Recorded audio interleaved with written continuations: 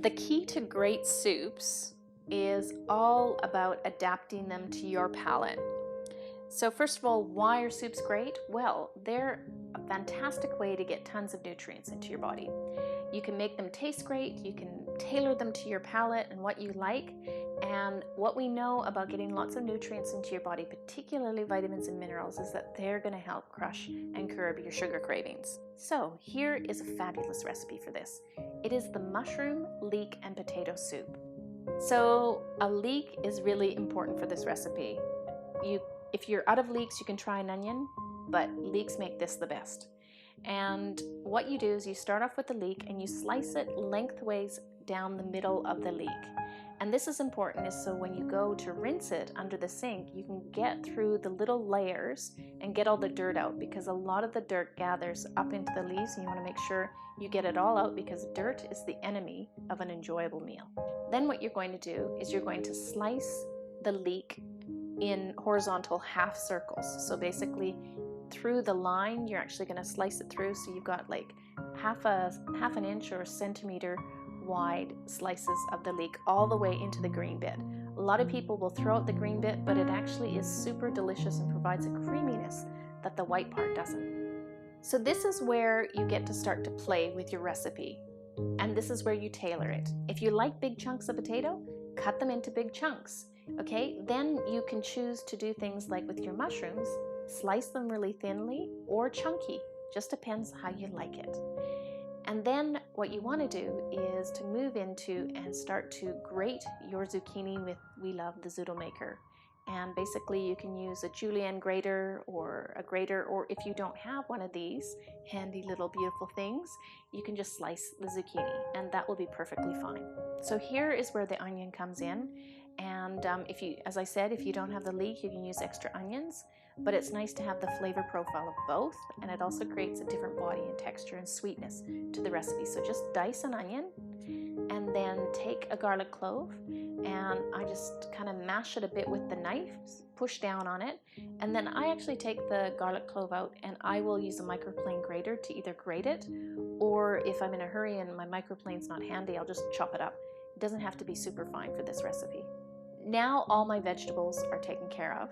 I grab out my soup pot and I place a tablespoon or two of some cold pressed coconut oil in it.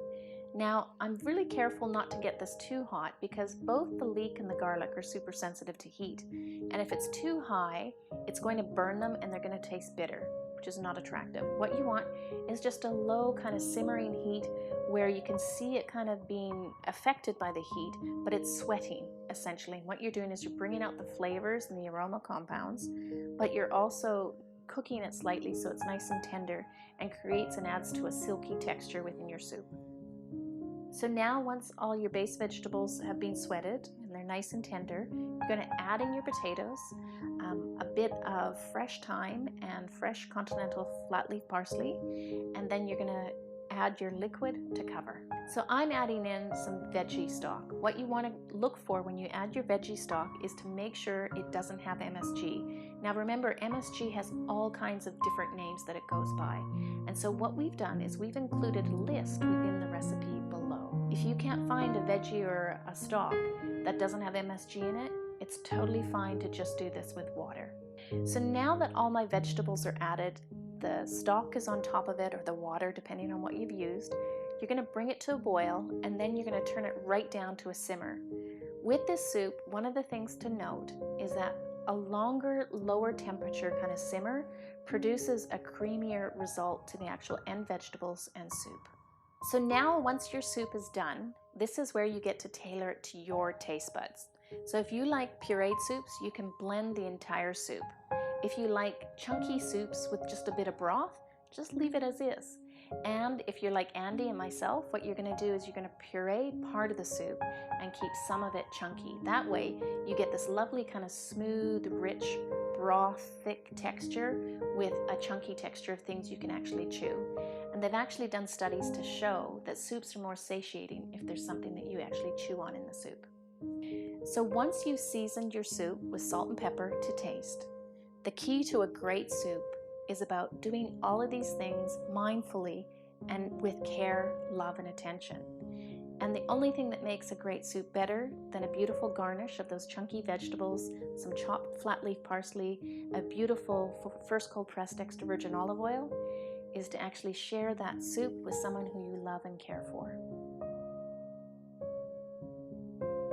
So for more delicious recipes like this that won't spike your blood sugar, are super easy to prepare and absolutely delicious, click the link below to find out more about our 21-day sugar-free challenge.